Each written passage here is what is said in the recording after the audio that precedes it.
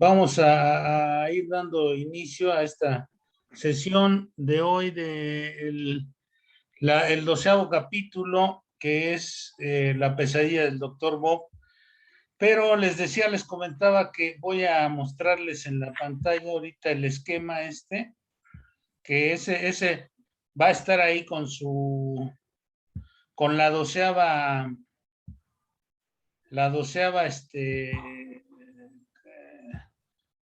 ¿cómo se llama? La 12ª diapositiva, la 12ª presentación que tenemos ahí. Ahí va a estar al final. Más que me vine corriendo porque estaba un poco mala mi mujer, ya la atendieron y ya está bien ahorita. Entonces, pues ya, si me permiten, si me habilita por favor para compartir pantalla, maestro. En este momento, con mucho gusto. Por favor, para que empecemos con eso, con lo del esquemita, si me hace favor.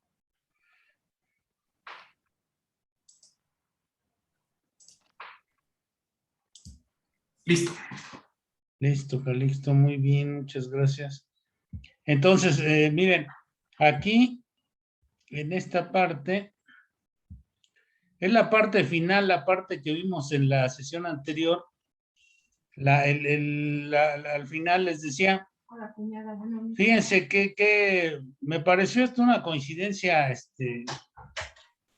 muchas veces decimos que no hay coincidencias en AA, se llaman de otra manera, pero hay cierto nivel de sincronicidades a veces en las cosas. Por ejemplo, en el sueño, en el proceso de sueño del ser humano, lleva 4 horas el llegar al fondo del sueño. En teoría, cuando no hay trastornos del sueño, podemos dormir. Lleva 4 horas en llegar a la parte más profunda del sueño, y el proceso de despertar dura 4 horas, ¿no? También de regreso. Por eso es de 8 horas supuestamente el proceso de sueño. Y digo, es una cosa que se me hizo hasta cierto punto, no por tratar de hacer encajar algo, sino que tiene digamos que el proceso de la enfermedad alcohólica tiene 4 fases, o sea, 4 fases, 4 horas, 4 fases, y dentro de esas fases hay 45 subfases, ¿no? Que esta es la caída hacia el fondo del alcohólico. Viene hacia abajo en las 4 fases del alcoholismo, es prodrómica, prealcohólica, crónica y crítica. Ya la fase crítica es generalmente cuando ya está tocando su fondo, aunque el fondo es puede ser preventiva la situación y no necesita. Recordemos que en algún momento dice Bill W. que muchos alcohólicos se fueron sumando, más jóvenes, que no tuvieron que pasar por los últimos 10 o 15 años que pasamos nosotros. O sea, se ahorraron algún tramo de esta caída hasta el fondo. Y bueno, aquí, si pasáramos el fondo, si traspasáramos nuestro fondo, caeríamos en una zona de no retorno y la muerte por alcoholismo, por adicciones.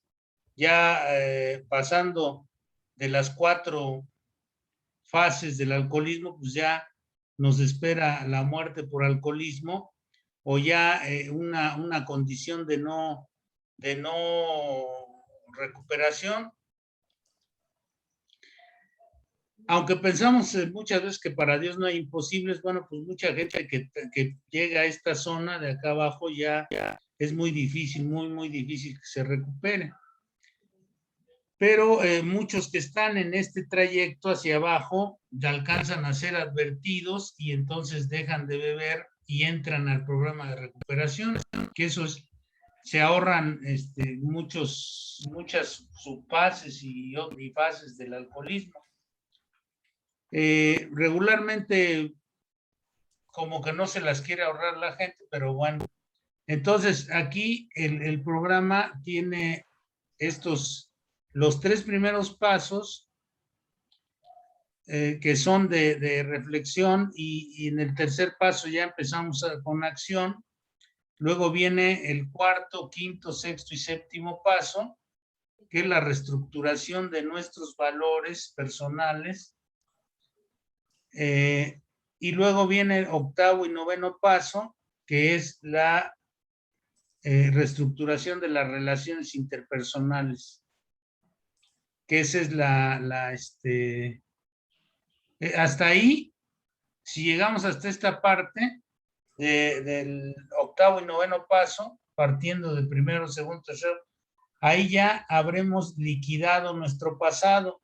Aquí este corchete nos dice que ahí, nada más que no lo puse ahí para encimar, nos dice que, para no encimar, perdón, nos dice que aquí ya habremos liquidado el pasado. Si practicamos del primero al noveno paso bien, viene la liquidación del pasado. Luego, los otros 3 pasos ya son de desarrollo espiritual y está como pináculo, como parte final, la experiencia espiritual, que muchos nos vamos a tardar mucho tiempo no porque el programa no funcione, sino porque muchos de nosotros somos, o ponemos mucha resistencia al cambio, ponemos mucha resistencia a tratar de, o ponemos mucha resistencia a tratar de practicar los pasos. Generalmente, mucha gente se atora en estos pasos, hasta llegan al cuarto, quinto paso, y ahí se quedan, muchos ahí se quedan, dicen, yo ya, ahora hasta en algunos grupos que les llaman paseros o cuartomarcianos, muchos dicen que esa es la experiencia espiritual y que ya con el cuarto y quinto paso ya hicieron su experiencia. Y no, todavía aquí no vamos ni a la mitad del programa. La mitad del programa sería el sexto paso. Entonces, si hemos hecho el primero al quinto paso, todavía no llegamos ni a la mitad. Después viene el sexto y séptimo paso, a los que les decía yo en una de las sesiones que les hemos llamado en muchas ocasiones los pasos olvidados.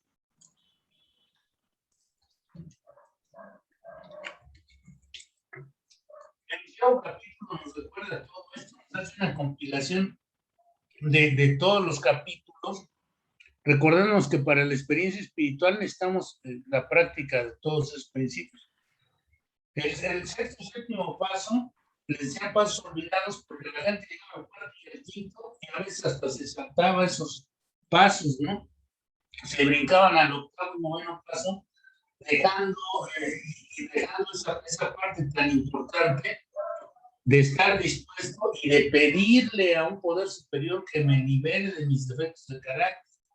Y entonces tenemos que practicar una y otra vez esos pasos, porque los defectos de carácter no van a ser liquidados de nuestra existencia si no estamos aplicando esos pasos constantemente.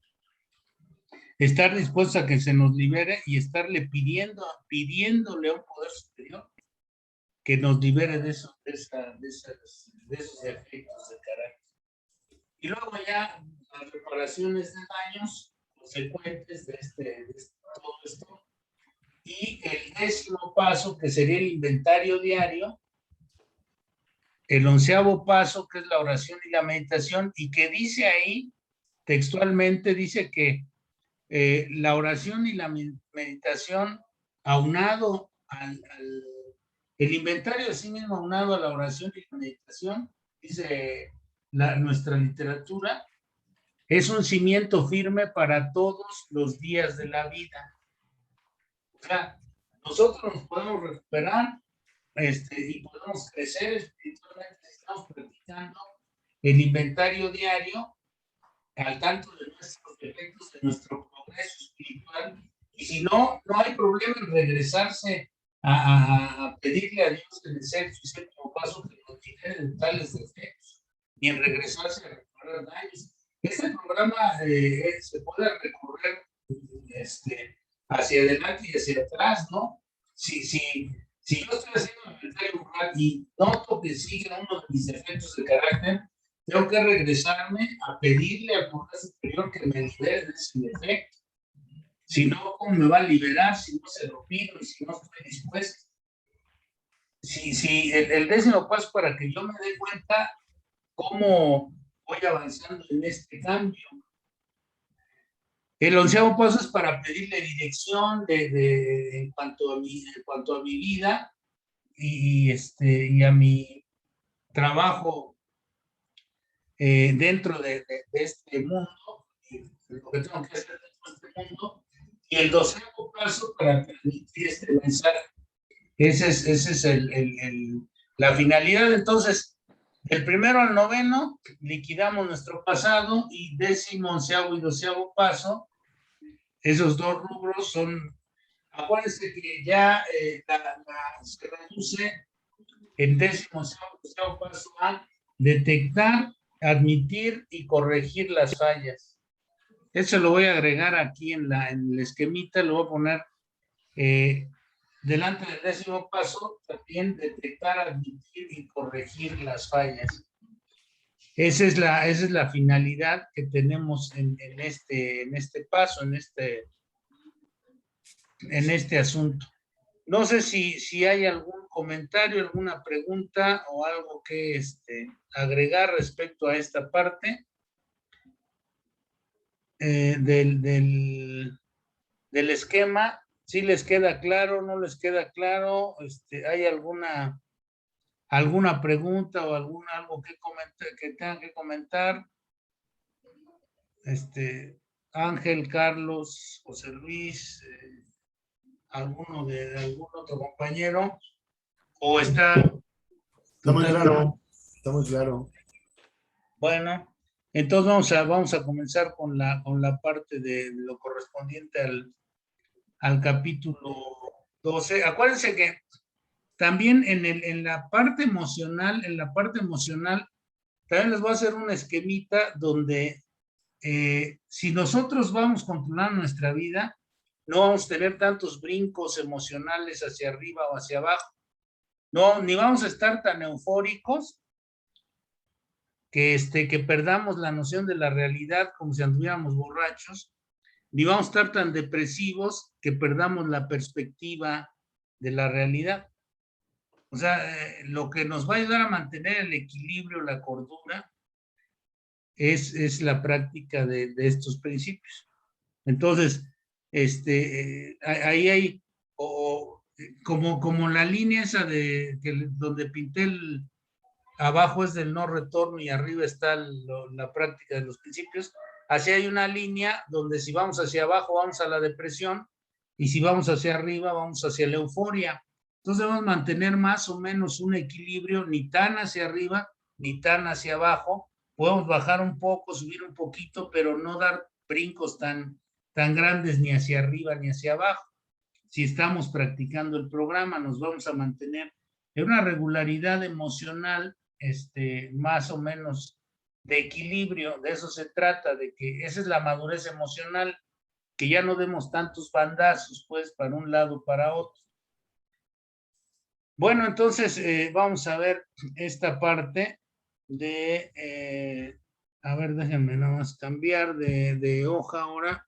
Vamos a ver esto de el doctor Bob. Vamos a ver la pesadilla de Robert Holbrook Smith, mejor conocido como el doctor Bob, o Smithy, como le decían algunos de sus amigos. Algunos de sus amigos le decían Smithy, otros le decían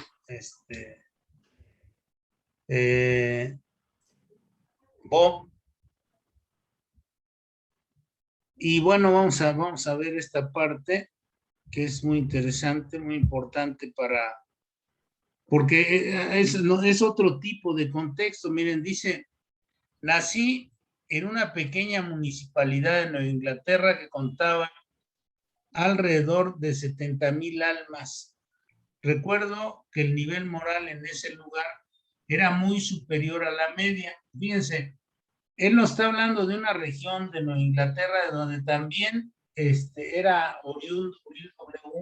Ellos eran, los dos eran de esa parte de Nueva Inglaterra, en Estados Unidos, y nos están hablando de que la moral de ese lugar era bastante superior a la media. Es decir, la gente valoraba mucho la ética y la moral en ese lugar de Nueva Inglaterra, en esta en esta localidad, en esta locación donde vivía él. Dice, no se vendía ni cerveza ni licores en su alrededor, salvo en la tienda del Estado, donde era posible comprarlos siempre y cuando se pudiera comprobar que había una verdadera necesidad. Si el cliente no podía comprobar tal necesidad, debía regresar con las manos vacías, privado de aquella que más tarde en mi vida llegué a considerar como la gran panacea para todos los males. Es decir, él consideraba que el alcohol era una gran panacea. Una panacea es algo que puede resolver todo. Entonces dice que él llegó a pensar en algún momento que el alcohol era la gran panacea, ¿no? Que podía resolverlo todo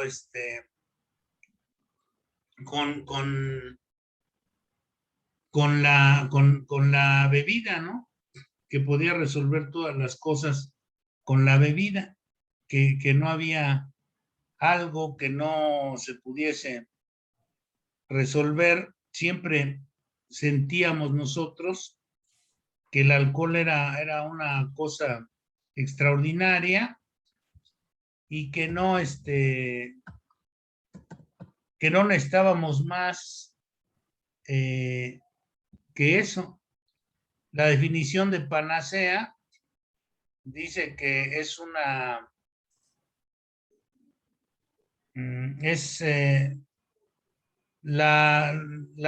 es algo que mejora considerablemente la salud. Viene de la mitología griega y supuestamente Panacés es el hijo de Esculapio y hermano de Igeia, y que, bueno, pues decía que es el que mantiene la salud en perfecto estado. Entonces, la panacea es como algo que nos vivifica, que nos hace sentir de la mejor manera siempre. Y entonces es lo que él consideraba el alcohol. ¿Se acuerdan que al principio, cuando hablamos en la opinión del médico, les decía que ahí lo dice claramente Silver, dice que para el alcohólico la bebida es, dice que le proporciona una sensación de seguridad y bienestar extraordinaria. Pero recordemos que las sensaciones no son hechos. Una sensación siempre va a seguir siendo una sensación, aunque no es un hecho de facto, no es un hecho consumado, es una sensación. Como por ejemplo, tengo la sensación de que mañana va a temblar, toco madera, ¿no? Pero no porque yo tenga la sensación de que mañana va a temblar. Es simplemente la sensación. Entonces, aquí nos dice que él, que dice el doctor Silver, que le produce la sensación de bienestar y tranquilidad, que es algo que compensa sus estados de ánimo y le elimina los miedos y las inseguridades y todo eso. Entonces, por eso decía aquí que, bueno, pues para él era como una especie de elixir, de panacea, algo que curaba todos los males. aquellos que recibían el embarque de licor desde Boston o desde Nueva York eran mal vistos por la mayor parte de los buenos ciudadanos del lugar. Yo creo que los veían algo así como narcos o alguna cosa así, ¿no? Dice, en nuestra ciudad las iglesias y las escuelas eran muy numerosas.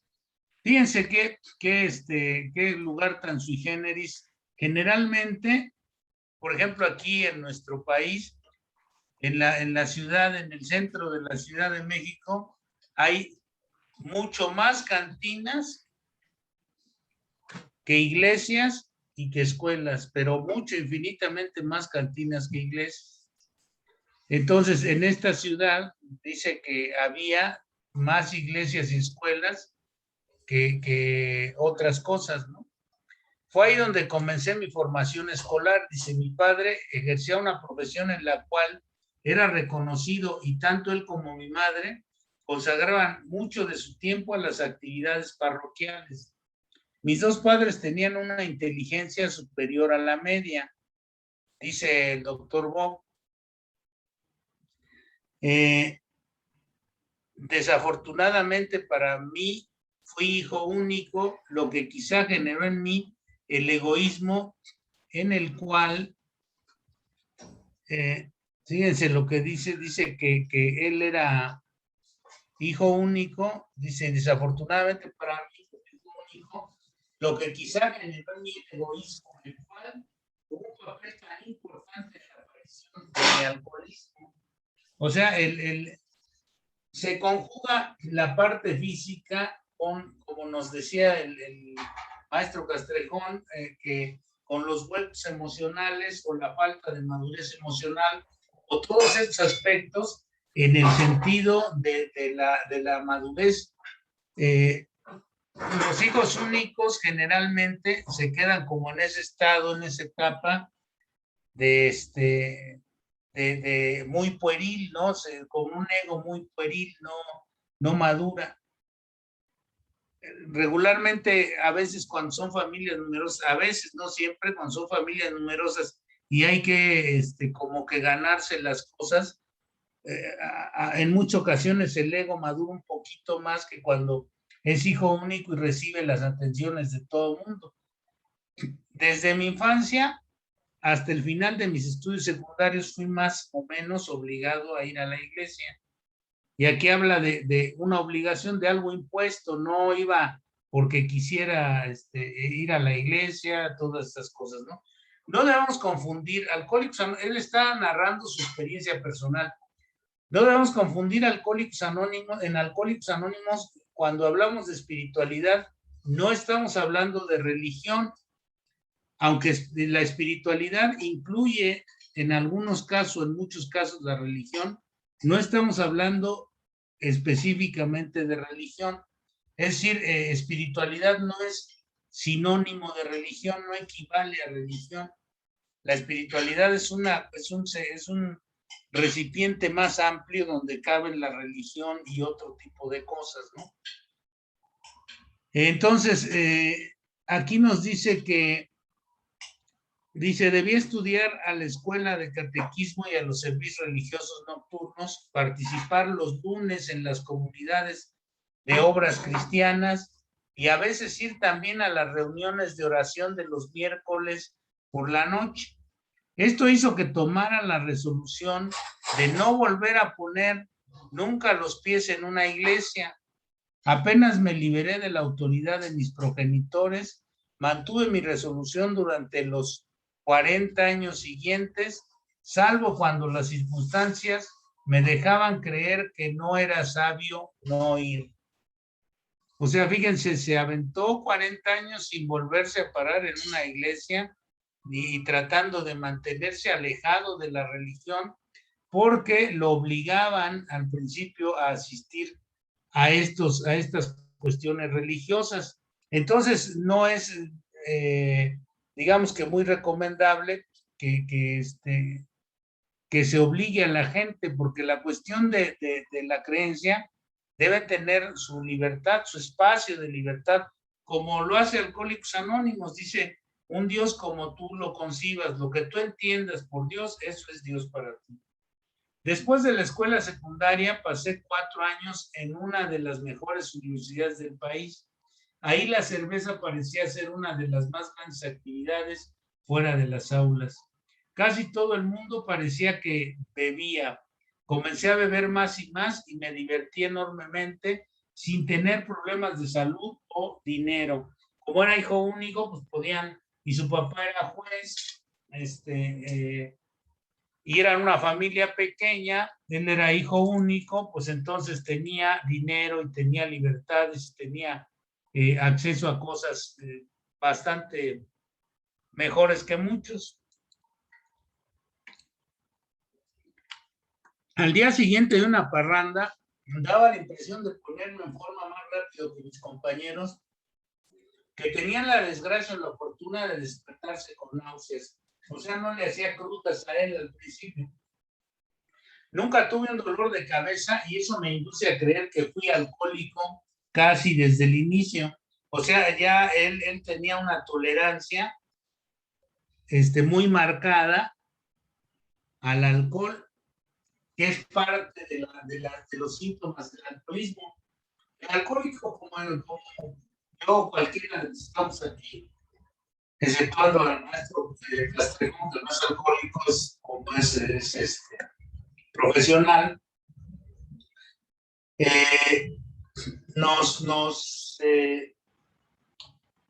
cuando hay tolerancia, cuando es uno muy resistente para beber, ese puede ser también un indicio de que hay una genética de predisposición al alcoholismo.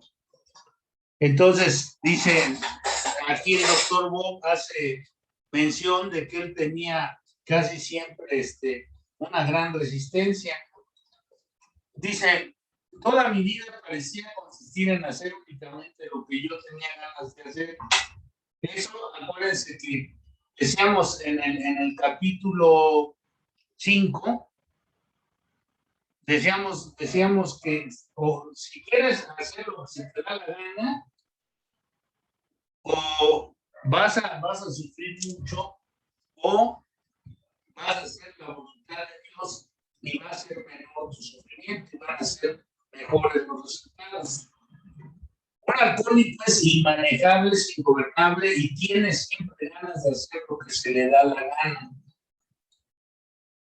Sin considerar los derechos, los deseos y los privilegios de los demás. Esta actitud se acentuó con el paso de los años. A los ojos de mis compañeros de vida, obtuve mi diploma en grado summa cum laude. Esto es algo bastante sarcástico de parte del doctor Bob, como diciendo que ahora sí que como que era un bebedor general de división, decían antes los bebedores, ¿no? Como que le dieron hasta condecoración porque era de los más aguantadores, más no a los ojos del director de la facultad. Durante los 3 años que siguieron, viajé entre Boston y Chicago y Montreal, trabajando para una importante compañía manufacturera. Vendía material ferroviario, motores de gas de todas clases y muchos otros artículos de maquinaria pesada. Durante esos años bebí cuanto me permitía mi bolsillo, sin demasiados problemas, aun cuando ya comenzaba a tener temblores durante las mañanas. No perdí más que un medio día de trabajo en estos 3 años. Esto también es algo que ayuda, que contribuye a que muchos alcohólicos no crean que son alcohólicos. Muchos alcohólicos todavía es cierto, en grados avanzados ya de alcoholismo, somos funcionales. Digo, somos en ese rango porque nunca me corrieron de un trabajo por beber. Estuvieron a punto y me amenazaron varias veces y tuve problemas que me descontaron días y que me quitaron días de vacaciones y que tuvo que intervenir el sindicato para que no me corrieran y cosas de ese tipo, pero no salí despedido de ahí. Entonces, porque todavía a veces iba completamente a trabajar yo, como dice Bob ahí, a veces, en algunas ocasiones, llegaba crudísimo a trabajar.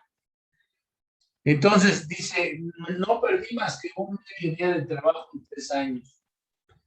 Mi próxima decisión fue emprender estudios de medicina. Me inscribí entonces en una de las más grandes universidades del país. Ahí comencé a beber con más ahínco del que había demostrado antes. Por mi capacidad de beber enormes cantidades de cerveza, fui electo miembro de la Sociedad de Bebedores y rápidamente me convertí en uno de los líderes del grupo, dice Bob. Era medio sarcástico el humor de Bob.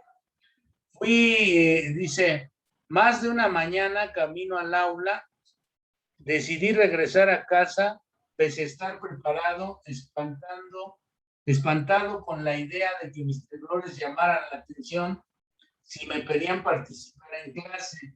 O sea, si le decían que pasara al pizarrón o que participara en la clase o que expusiera algo, pues le daba miedo de que notaran que estaba tembloroso, que ya las crudas le empezaban a causar temblorina.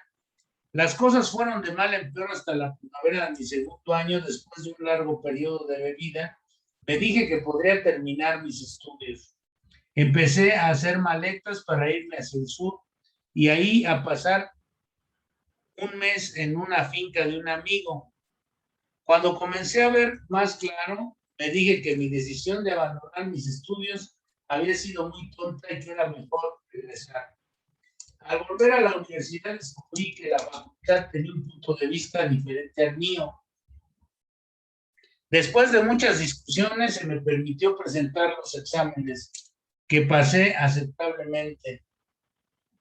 Más de los miembros de la dirección estaban disgustados y me dijeron que pasaría bien sin mi presencia, que me dijeron que la pasarían bien sin mi presencia. O sea, ya se había convertido en una especie de alumno indeseable en la escuela. A muchos les ha pasado así, ¿no? Dice, después de muchas y penosas discusiones, finalmente me dieron el certificado que demostraba que había pasado los exámenes en esta nueva universidad. Bebí aún más hasta que mis compañeros de la casa donde yo vivía juzgaron imperioso hacer venir a mi padre. Este hizo un largo viaje, más fue en vano que él intentara corregirme. Su intervención tuvo poco éxito, ya que seguí bebiendo, consumía más bebidas fuertes que antes. Ya, acuérdense que muchos decimos y luego lo vivimos y lo percibimos así, que la familia a veces nos pedía que ya dejáramos de beber, el papá, la mamá, incluso los amigos o los hermanos estaban preocupados por la forma de beber, o si ya estaban casados la esposa, los hijos, etcétera, etcétera, y no había manera, ¿no? Dice, exactamente antes de los exámenes de mi último año, lancé una parranda particularmente grave. En cuanto llegué al salón de exámenes, mi mano temblaba tanto que era incapaz de asir el lápiz. Entregué 3 hojas en blanco. De inmediato se me pidió ir a la dirección y el resultado fue que debía volver a hacer 2 semestres y permanecer absolutamente sobrio, si es que yo quería graduarme. Lo hice y me comporté de un modo tal que pude satisfacer a la facultad, tanto en conducta como en mis estudios. Recuerden que muchas veces, ante una eventualidad, de repente nos comportamos más o menos como gente normal o como menores fuertes, pero eso rápidamente desaparece también. Dice, después de estos 2 años de internado, abrí un consultorio en el centro de la ciudad. Tenía algo de dinero, mucho tiempo libre y graves problemas en el estómago a consecuencia de la bebida, ¿no? Pronto descubrí que algunas copas atenuaban mis dolores gástricos, por lo menos durante algunas horas. Así no tuve problema para regresar a mi consumo excesivo de otros tiempos. Comencé entonces a tener graves problemas de salud. con la esperanza de encontrar un alivio a mis males, ingresé por mí mismo cuando menos una docena de veces en uno de los sanatorios locales. Me encontraba ahora entre Escila y Caribdis, porque si no bebía el estómago me torturaba y si bebía eran los nervios los que me torturaban. O sea, diríamos que estaba para nosotros entre la espada y la pared. Después de estos 3 años de tormento, ingresé al hospital donde ellos trataron de ayudarme. Pero yo lograba que mis amigos me contrabandearan alcohol, o bien, hasta ahí, o bien yo lo robaba dentro del establecimiento. Mi estado se agravaba rápidamente. Finalmente, mi padre hizo que me visitara un médico de mi ciudad natal, el que hizo que me regresara a casa. Estuve en cama cerca de 2 meses antes de poder salir. Fíjense qué grave ya estos estragos crónicos del alcoholismo. Estuve ahí aún unos meses antes de retomar mi práctica médica. Creo haberme espantado terriblemente de que aquello había acaecido o de las advertencias del médico o ambas cosas. El caso es que no toqué más una copa hasta la época en que entró en vigor la prohibición. O sea, cuando prohibieron beber, él empezó a beber. Qué contrasentido tan raro, ¿no? Cuando llega la prohibición, recuerdan que en los años 20 se mataban prácticamente las personas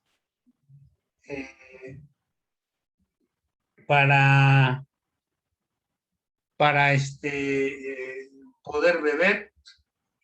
Se mataba a la gente para poder beber. Bueno, se arriesgaban, ¿no? A que los mataran, a que los agarrara la policía, se mataban entre bandas de traficantes de alcohol. Fue una cosa terrible en aquellos años 20. Ahorita, a donde vamos aquí, me gustaría que alguno de ustedes nos hablara un poco sobre si perdieron en algún momento oportunidades de estudio o de trabajo por la forma de beber, por la manera de beber. No sé si alguno de ustedes guste compartirnos este estado tan especial del que habla el doctor Bob ahí, donde toda la gente se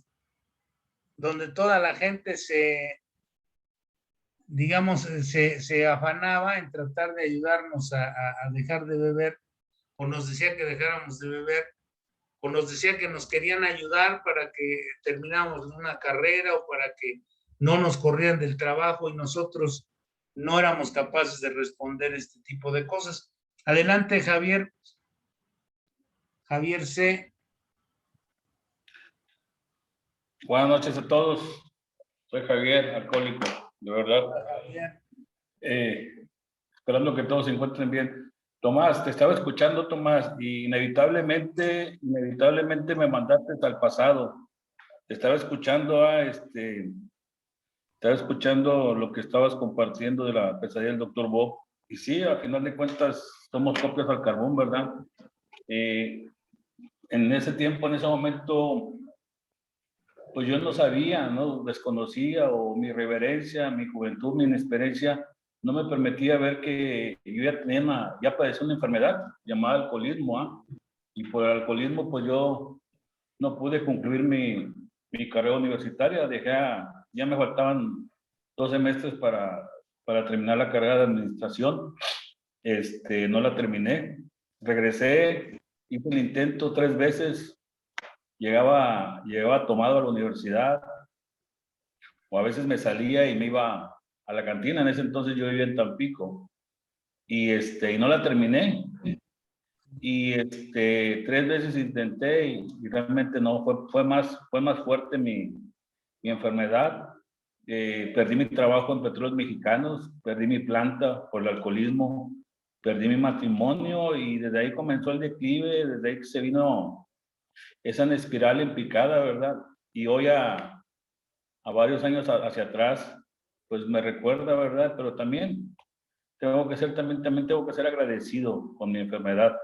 Y le agradezco a mi enfermedad porque hoy a mis 53 años, ¿verdad? Estoy estudiando psicología. Si a mí me hubieran dicho esto hace muchos años, no lo hubiera creído, ¿ah? Ya llevo muchas 24 horas, he tenido la oportunidad de que me han invitado a compartir, he estado en grupos, he formado grupos, de verdad. La otra parte, la dualidad de esta enfermedad, así como me afectó, hoy me bendice grandemente, ¿verdad? Porque si no hubiera sido por el programa, no hubiera sido por esto, no estaría aquí. Mi esposa es alanona, mis hijas andan en cuarto y quinto paso, mi hija la mayor tiene un centro de rehabilitación, de verdad, volteo hacia atrás, claro que es una marea, una vorágine de emociones, ¿verdad? Pero perdí en su tiempo y en su momento, pero hoy la vida y el tiempo, Dios, el programa, me ha recompensado de una manera que nunca imaginé. Gracias al maestro Castrejón y sobre todo gracias a ti, Tomás, por esta iniciativa. Felices 24 horas, compañeros, y gracias por dejarme compartir, Tomás. Gracias, Javier. Bueno, digamos que en plan de honestidad quiero decirles que la iniciativa fue del maestro Castrejón, que fue quien empezó a fraguar este taller, y qué bueno que está sirviendo, ¿no? Y ánimo, Javier, sé que ahora está estudiando psicología, ya, qué bueno, ojalá termine y todo esto, ¿no? Que para que siga. El programa, ahorita nos dio Javier testimonio que el programa opera y empieza a haber grandes cambios de todos los aspectos de nuestro ser, de nuestra persona. No sé si alguien más quisiera hablarnos. Adelante, Ángel N. Sí, compañeros, buenas noches. Mi nombre es Ángel y también soy un alcohólico, que solamente por la gracia y la misericordia de Dios, compañeros, estas 24 horas no estoy alcoholizado. Fíjense, compañeros, que ahorita al estar escuchando esto y escuchar a mi compañero que acaba de antecederme, me doy cuenta que cada uno de nosotros, así como yo, tenemos nuestra propia pesadilla.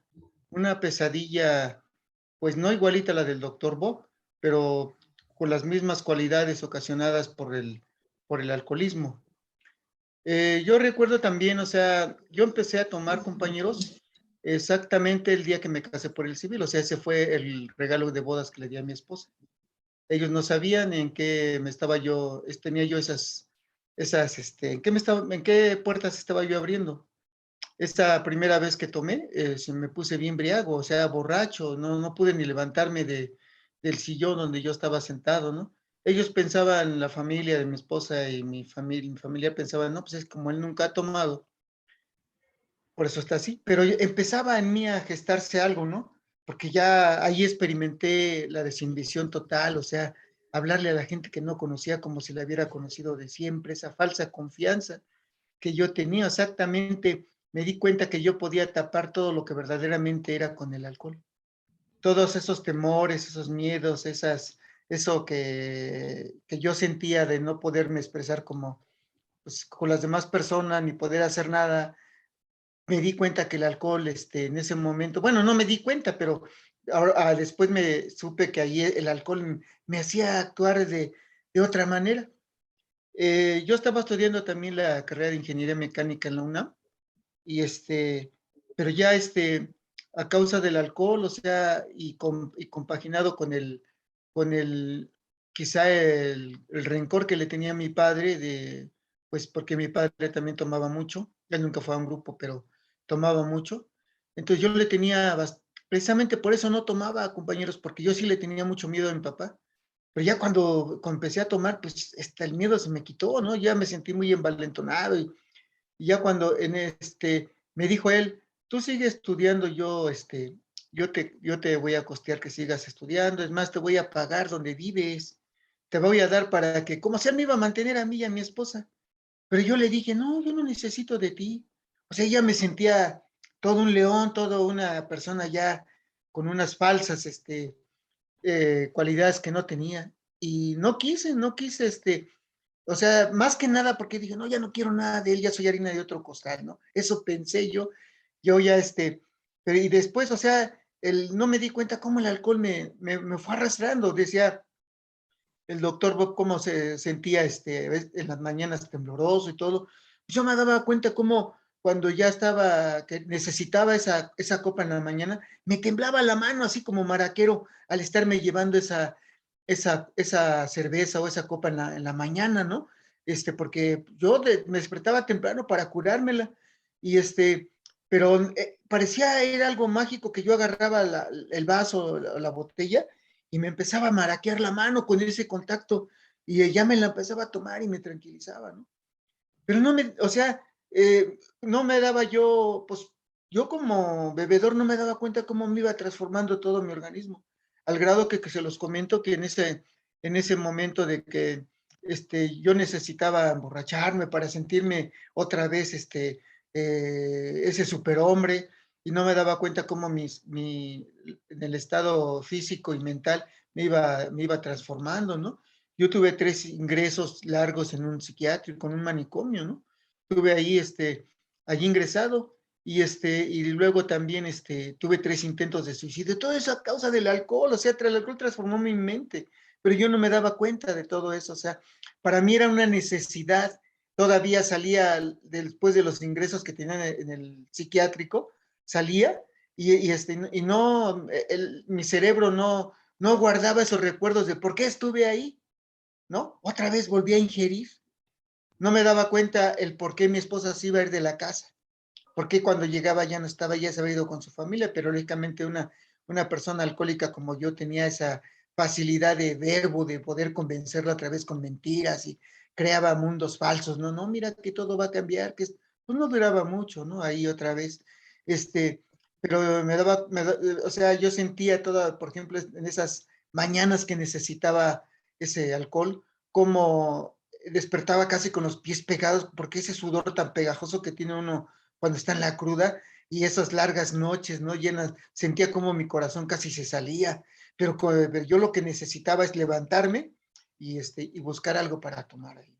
Es cuanto, compañeros. Feliz 24 horas. Que Dios los bendiga y a mí también. Gracias, Ángel. Sí, pues esa es la condición de nosotros, ¿no? Vean cómo no es tan diferente, no hay tantas diferencias entre nuestra experiencia personal y las experiencias de los pioneros. Decía Javier, somos calcas al carbón en cuanto a la enfermedad. En cuanto a otras cosas, somos, cada quien tiene rasgos y cosas de personalidad ahí muy particulares, pero en cuanto a la enfermedad, nuestras vivencias son muy parecidas, son casi iguales, ¿no? En todos los síntomas y todas esas cosas son muy parecidas, ¿no? Entonces decía, cuando fue votada la prohibición me sentí seguro. Sabía que todos comprarían unas pocas botellas o algunas cajas de licor según sus recursos y que todo aquello sería consumido muy pronto. Así, no podía entonces hacerme mucho daño si bebía un poco. En ese momento, yo no sabía que el gobierno permitía a los médicos procurarse alcohol en cantidad casi ilimitada. Jamás había oído hablar de los traficantes de alcohol que muy pronto hicieron su aparición. Al principio bebía moderadamente, pero me faltó relativamente poco tiempo para deslizarme entonces a los viejos hábitos. O sea, ahí vemos cómo siempre vuelve el lugar del que parte en una recaída del alcohólico. Dice, me deslicé hacia los viejos hábitos en los cuales las consecuencias habían sido tan desastrosas para mí. Una y otra vez uno repite este jueguito de creer que ya no, que no va a ser igual, y siempre es lo mismo, ¿no? Es el siempre es el mismo infierno con diferente bebida, ¿no? A lo mejor cambiamos de whisky a brandy o a ron, pero siempre, o a vodka, pero y al rato volvemos a lo mismo, ¿no? Siempre caemos otra vez al lugar de donde habíamos creído salir. Es una especie de engaño recurrente cuando en las recaídas. Aquí obviamente no estaba en Alcohólicos Anónimos, está contando su experiencia de antes de llegar a Alcohólicos Anónimos. Dice, durante los años siguientes vi crecer en mí dos fobias, el miedo a no dormir y el miedo de que me faltara el alcohol. Fíjense, miedo a no dormir y miedo a que le faltara el alcohol. Es decir, miedo a tener conciencia, es una especie de miedo a tener conciencia, porque él quería fugarse ya en el sueño o fugarse a través del alcohol. Muchas veces así le pasa a uno. Yo muchas veces experimenté esa sensación o esa idea de querer que la noche durara más tiempo cuando estaba yo crudo, cuando estaba yo con algunos, pagando las consecuencias de alguna borrachera. Deseaba que no amaneciera rápido para seguir fugado, para no enfrentar la realidad, que sabía que me iba a conducir otra vez a beber, como en el caso de Bob. Dice, como no era yo rico, sabía que no debía beber en ciertas circunstancias si yo querría ganar el dinero suficiente para que no me faltara el alcohol. Entonces, la mayor de las veces no tomaba la copa de la mañana que tanta falta me hacía y la reemplazaba por sedantes para calmar los temblores que me angustiaban. A veces no podía yo evitar sucumbir a beber por las mañanas, pero en este caso quedaba yo condicionado a trabajar solo unas pocas horas. Eso conducía mis posibilidades de conseguir alcohol en casa, eso reducía mis posibilidades de conseguir alcohol en casa, lo que significaba que pasaría la noche en mi cama y volver a padecer los intolerables temblores de la mañana siguiente. Esos que sentimos todos. Durante los 15 años que siguieron tuve el buen sentido de no asistir al hospital después de haber bebido y no recibía más que raramente a pacientes en mi consultorio. Si es que ya había bebido alcohol, algunas veces me refugiaba en uno de los clubs de los que era miembro y a veces me aislaba en un hotel donde me registraba bajo un nombre falso. Ya ahí, por ejemplo, si se acuerdan, muchos de nosotros buscamos lugares sórdidos o apartados o escondidos donde no nos pudieran ver, donde pudiéramos beber a nuestras anchas sin tener que rendirle cuentas a nadie, ni ser criticados por nadie, ni ser sermoneados por nadie. Mis amigos podían frecuentemente encontrarme y yo aceptaba que me llevasen a casa si me prometían que no me iban a sermonear. Si mi mujer proyectaba abstenerse por las tardes, me procuraba mucho alcohol, el cual escondía por todos lados, en el depósito de carbón, en el cesto de la ropa sucia, sobre los marcos fijos de la puerta, sobre las vigas del sótano, bajo las duelas del piso. Me servían también de escondite los baúles viejos y los cofres, los contenedores viejos y las cenizas de la estufa. Si no me servía de las cajas de agua de los retretes, fue porque pensé que este escondite iba a ser demasiado evidente. Más tarde, descubrí que mi mujer lo inspeccionaba a menudo. Ponía yo una botella de 8 onzas o 12 en un guante de lana y lo lanzaba hacia el vestíbulo posterior cuando los días de invierno estaban lo suficientemente oscuros. Mi contrabandista tenía escondido alcohol en los escalones posteriores a los que yo acudía a mi voluntad. Algunas veces los traía en mis bolsillos, pero todos eran inspeccionados y era muy riesgoso, perdón. También lo colocaba en botellas de 4 onzas en el resorte de mis calcetines. Yo también llegué a meter latas de cerveza o de... Cuando una vez salió un pulque enlatado, me acuerdo que me metí unas latas de pulque en los calcetines para meterlos a una casa donde estábamos varios cuates.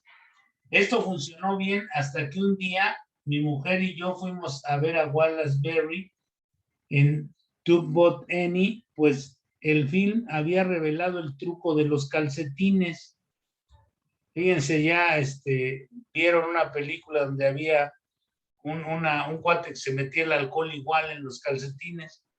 No perderé tiempo en relatarles todas mis experiencias en hechos de hospitales o psiquiátricos.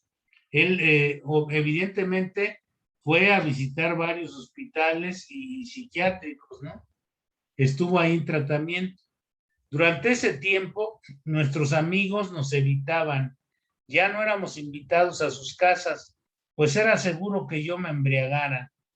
Por la misma razón, mi mujer ya no se atrevía a invitarlos. Mi miedo al insomnio exigía que yo me emborrachara todas las noches. Para tener alcohol en la noche, yo tenía que estar sin beber durante el día, al menos hasta las 4 de la tarde.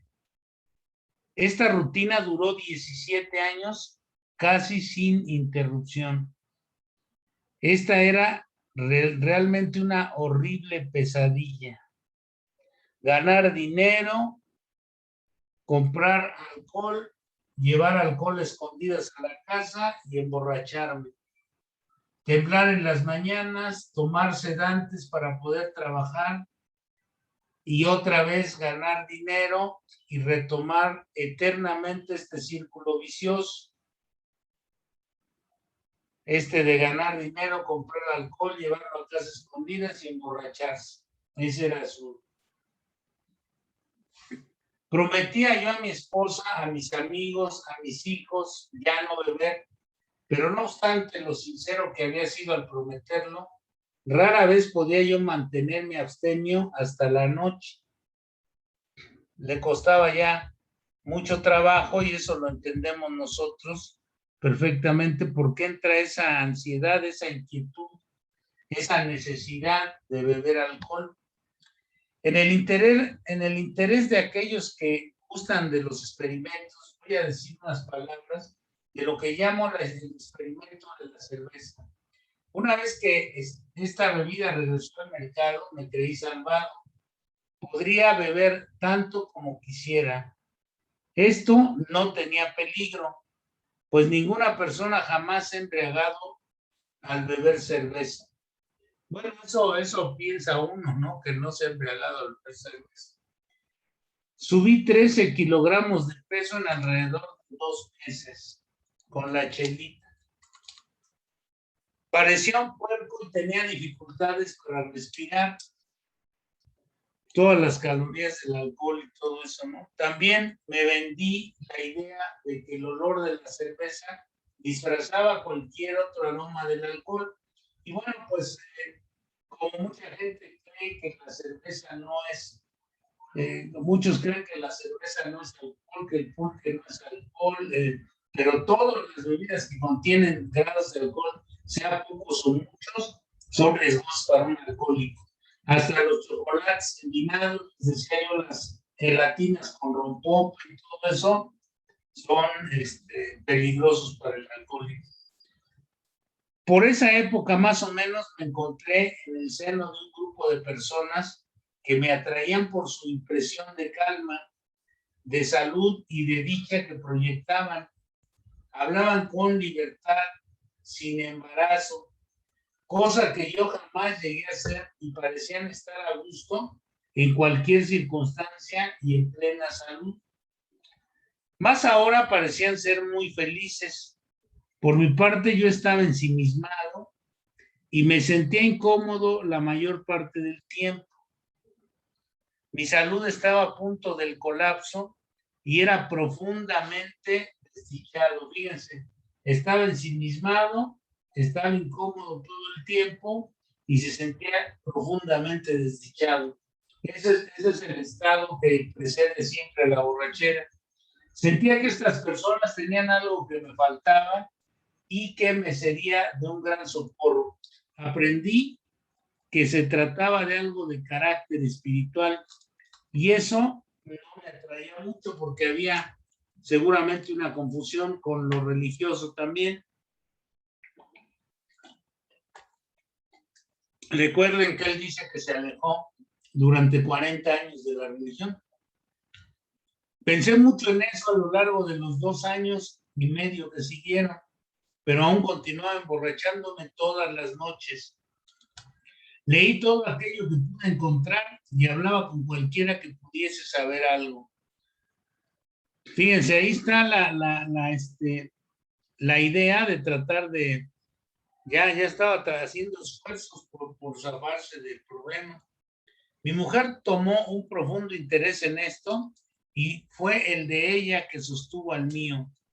Aunque nunca hubiese supuesto que hubiera podido construir una respuesta a mi problema de beber, no sabré jamás cómo mi mujer habría podido conservar su fe y su coraje durante todos esos años, pero de hecho los conservó. ¿Se acuerdan que dicen que las esposas de los alcohólicos son mujeres de una madera muy especial, no? Porque pues soportan cosas terriblemente fuertes y difíciles para ir sacando adelante al alcohólico, ¿no? De no ser así, muchos quizá estaríamos ya muertos. No sé cómo nosotros los alcohólicos parece que poseemos el don de descubrir a las mejores mujeres del mundo, porque ellas deben sufrir las torturas que les infligimos. Es una cosa que no llego a explicarme. En torno a esta época, una señora llamó a mi mujer un sábado por la noche, diciéndole que deseaba que yo fuese con ella para encontrarme con un amigo suyo al cual quizá podría ayudarme. Era la víspera del Día de Madres y no había vuelto a casa ebrio, llevando un enorme plato, y yo había vuelto, a casa ebrio, llevando un enorme plato de florero que puse bajo la mesa, e inmediatamente después salí de la estancia y me fui a mi lecho.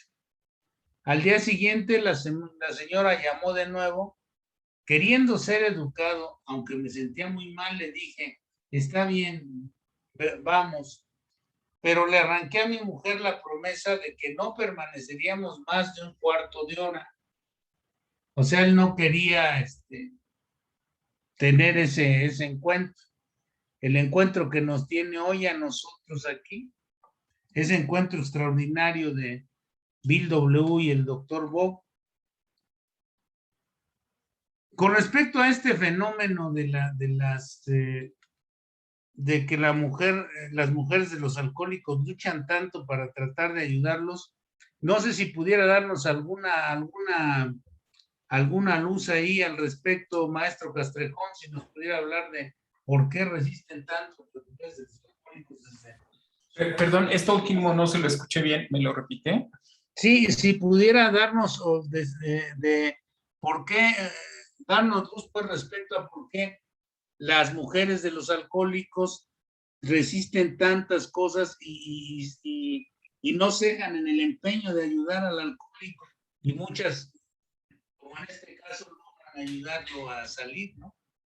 Ya, espero que se escuche. Las mujeres alcohólicas son mujeres maravillosas, ¿no? En muchos aspectos, porque tienen un gran corazón.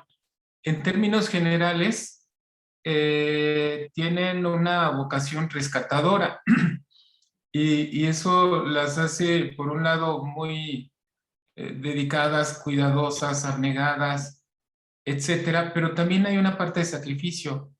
El sacrificio en la medida que se dedican a rescatar y a veces a rescatar a los hijos o a rescatar al esposo alcohólico, van dejando de lado su propia tranquilidad, su propia vida, su estabilidad emocional porque la dedican siempre al cuidado de los demás.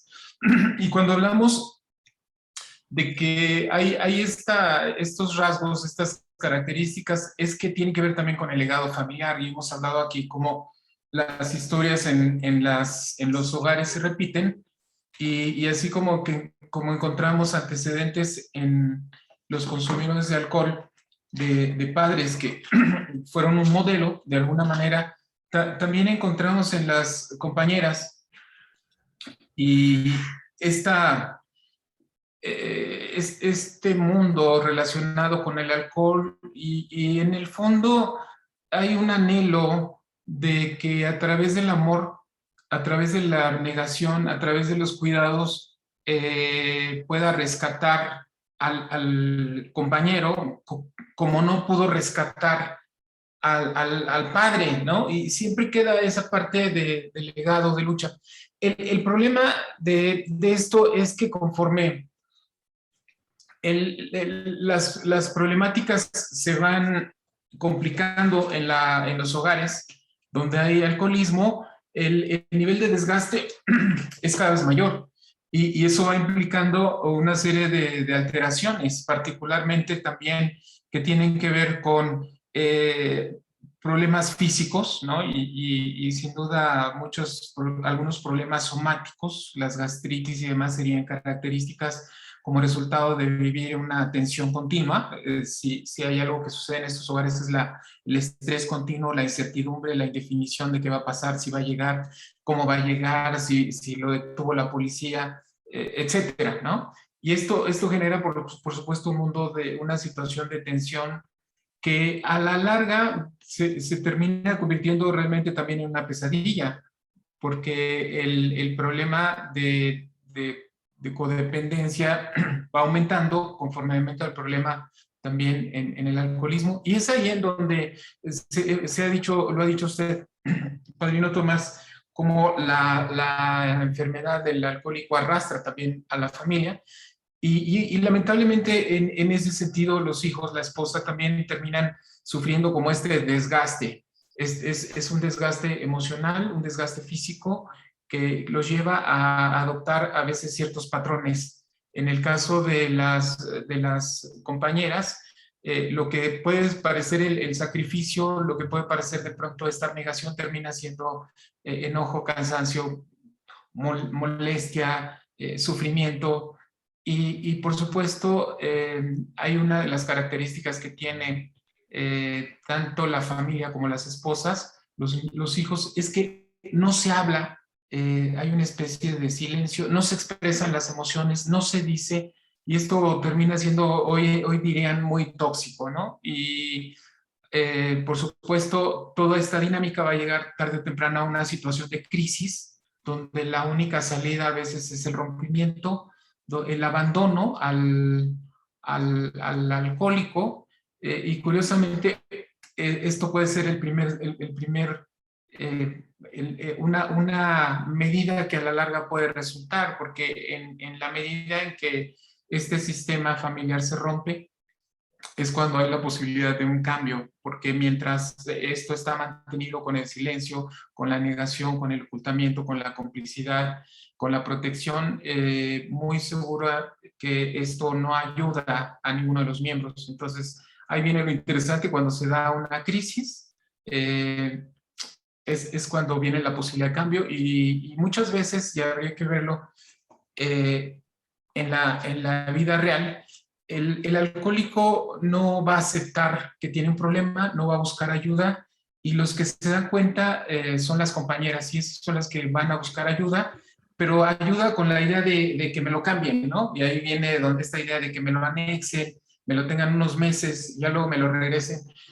Cuando se dan cuenta que esto no es posible, tienen que tocar fondo y descubrir que son ellas las que tienen una vida vacía porque la han dedicado exclusivamente a este papel de rescatadoras, y entonces tienen que empezar a trabajar en su propio programa. Ahí es donde los grupos Al-Anon tienen una extraordinaria posibilidad de ayudar a librar también este sufrimiento que vive las compañeras de los alcohólicos. De Gracias, cuatro, maestro, como dicen como ustedes. siempre, muy claro,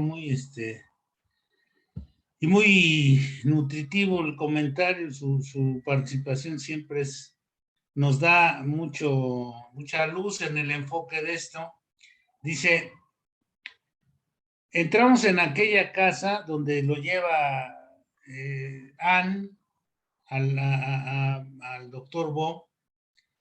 Dice, entramos en aquella casa a las 5 exactas y eran las 11:04 cuando salimos a la calle. Él le había dicho que 15 minutos se abandonaban el lugar.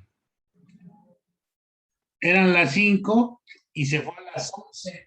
Habían pasado 6 horas y 4 minutos cuando salieron de la casa de Henrietta Seiberling.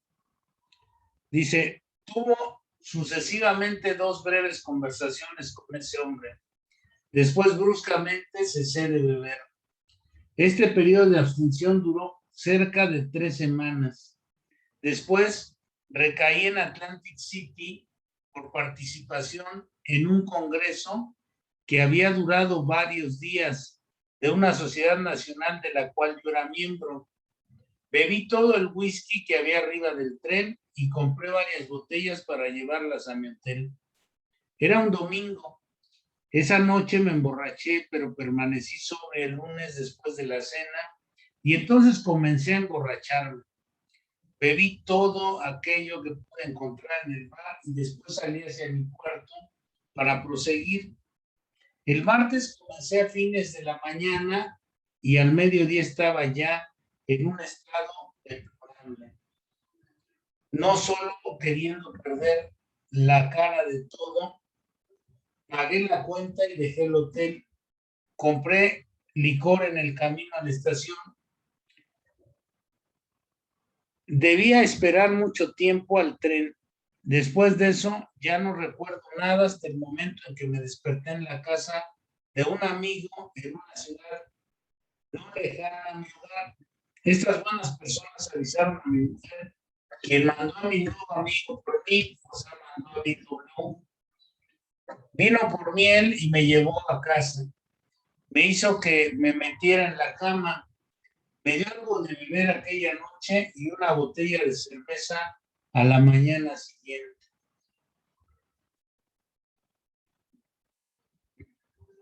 Era 10 de junio de 1935. Esa fue la última copa. Al momento en que escribo esto, han pasado 4 años desde aquel día. La pregunta que naturalmente podría seguir, acuérdense que el libro salió en 1939, entonces, por eso dice han pasado 4 años.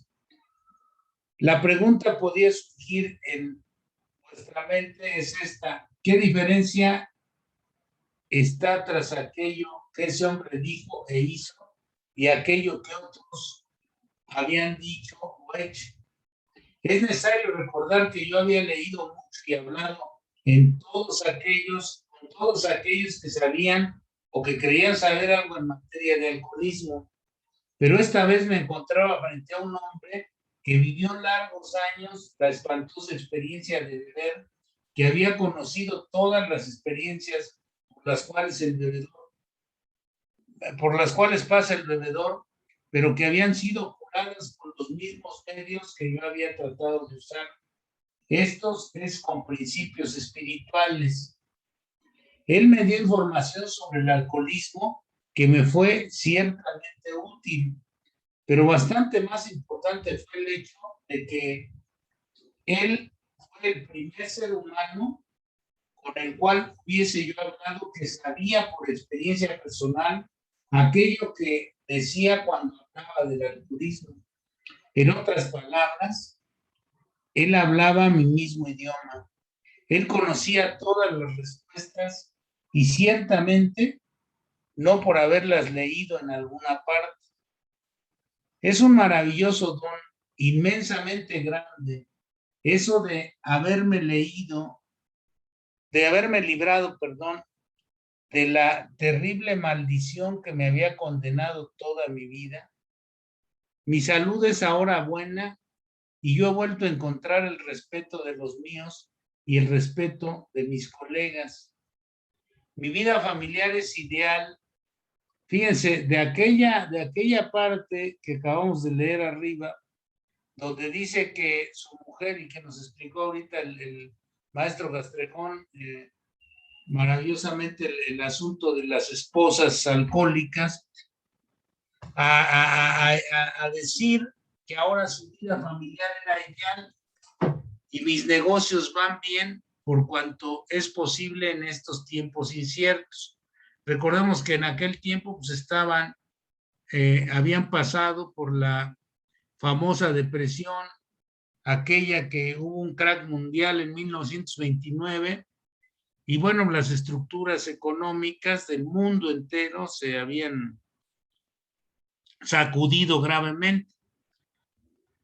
Dice, paso gran parte de mi tiempo transmitiendo esto que he aprendido a los que lo desean y que tengan una gran necesidad. Fíjense, paso gran parte de mi tiempo transmitiendo esto que he aprendido a los que lo desean y que tengan una gran necesidad. O sea, para quien lo quiere y lo necesita. Porque hay mucha gente que lo necesita pero no lo quiere. O hay mucha gente, o hay poca gente que lo quiere aunque no lo necesite, ¿no? Yo creo que en general todos necesitamos principios espirituales, no solamente los alcohólicos. Dice, lo hago por 4 motivos. Dice el doctor Bob, estos eran los motivos que él encontró. Por un sentido del deber. Recordemos que él procedía de una estructura familiar con muchos valores éticos y morales. Su padre había sido juez, entonces, y lo habían llevado a la iglesia mucho tiempo, y hablaba con él su papá y todas esas cosas sobre su forma de beber y todas estas cuestiones. Entonces él desarrolla un sentido del deber bastante amplio, profundo. 2, porque es para mí un placer, y además sentía comprometido como médico, seguramente. Él había podido salvar a mucha gente, ayudar a mucha gente, y ahora estaba siendo ayudado por otra persona que no era médico, por Bill W., que le había dicho cómo pudo dejar de beber. Y después esto se convirtió en un placer. Nosotros en Alcohólicos Anónimos, al tener algo tan valioso entre las manos, tenemos que entender que es un placer compartirlo con los demás. La experiencia de nosotros es una joya hermosa, la comprensión de este programa, de este mensaje de Alcohólicos Anónimos, y debe ser un placer para nosotros compartirlo con otras gentes, ¿no? Dice, porque al hacerlo así, propagarlo, pues compartirlo. Dice, su tercer punto es, porque al hacerlo así, pago mi deuda de gratitud hacia quien gastó su tiempo para transmitirme su mensaje. Y aquí vamos al primer paso, nos dice, recordemos que nos dice, a quién le agrada perder tiempo, dinero y esfuerzo. Prácticamente al alcohólico típico egocéntrico no le va a interesar. Entonces, para romper el egoísmo, tenemos que buscar este tipo de ideas, ¿no? Que al hacerlo nosotros estamos pagando la deuda de gratitud con quien gastó su tiempo para que nosotros estuviésemos sin beber, para quien nos llevó a nuestra casa, para quien nos invitó a un café, para quien se puso a platicar hasta la madrugada muchas veces con nosotros cuando teníamos la inquietud o el deseo de beber, para quien nos escuchó y nos ha escuchado cuando traemos problemas de cualquier índole. Eso es, tenemos que aprender a devolver por gratitud estas cosas. Y 4, dice, porque cada vez que lo hago, me aseguro una mayor garantía contra una posible recaída. Todo lo que nosotros hagamos en beneficio de otros alcohólicos va a redundar en beneficio y seguridad de que no vamos a volver a beber y de que nuestras vidas están siendo conducidas por ese poder superior. Dice, diversamente, de la mayor parte de nuestros miembros, yo no pude liberarme del deseo obsesivo del alcohol durante los primeros 2 años y medio de abstinencia. Fíjense qué terrible que él estuvo 2 años y medio con la obsesión de beber en la cabeza. Sin embargo, el trabajo y todas estas cosas que hizo el doctor Bob lo ayudaron a que se pudiese liberar de la obsesión y no ceder al deseo de beber.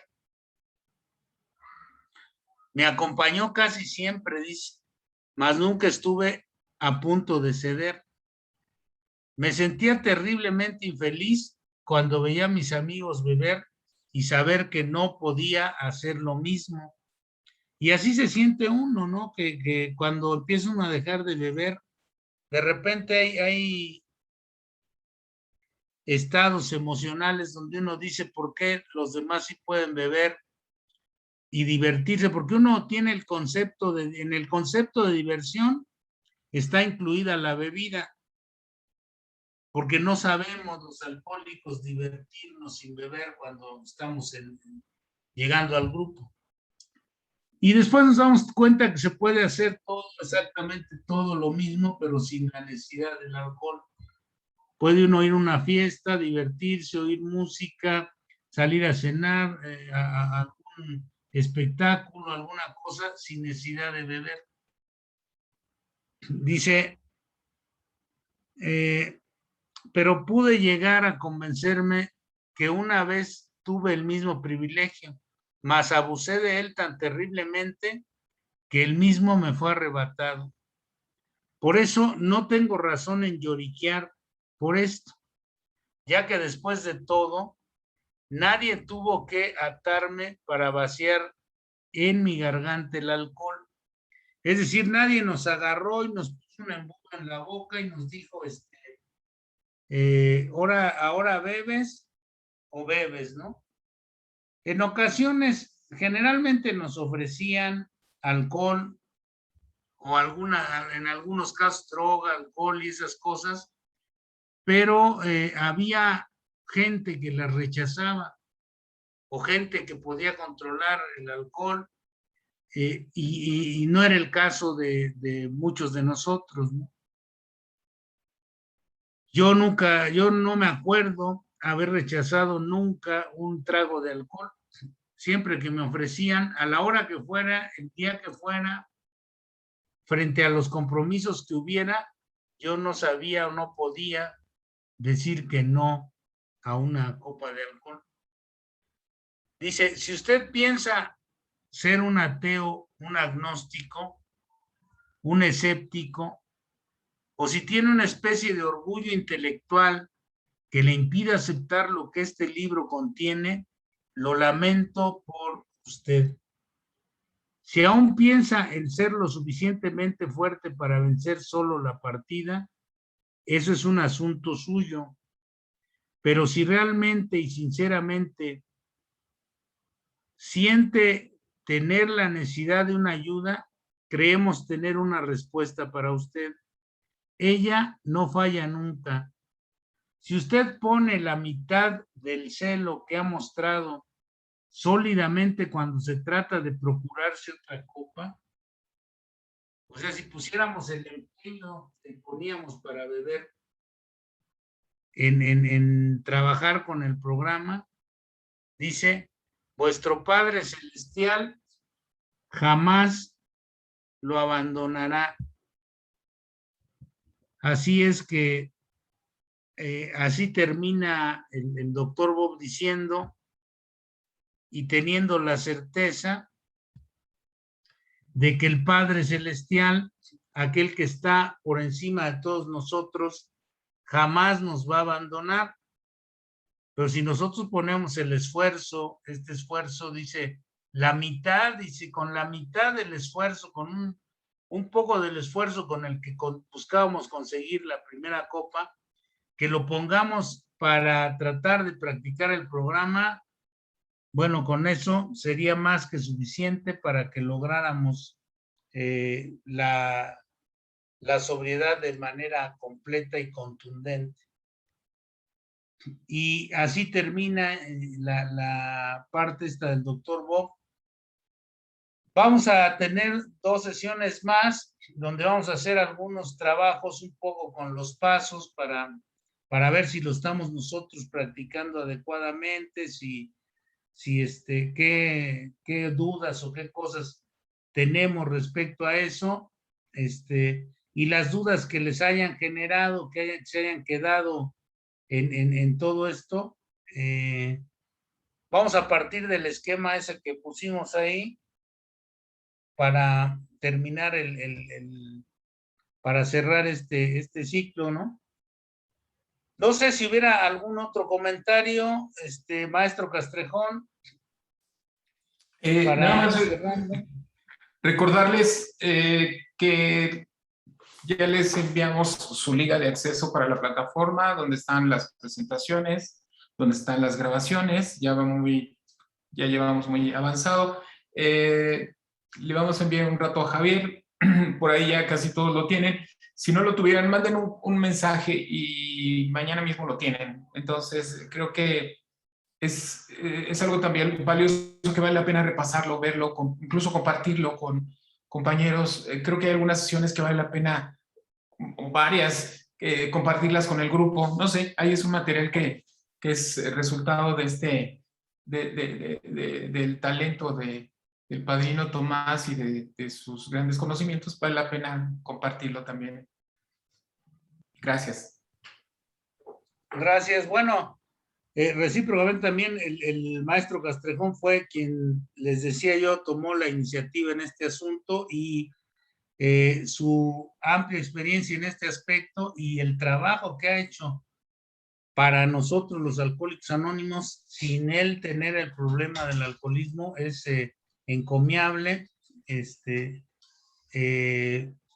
Pues vamos a ir cerrando ya en las próximas 2 sesiones, y bueno, pues esperemos que todo esto se pueda también compartir con otros, lo puedan compartir ustedes con sus compañeros, para que podamos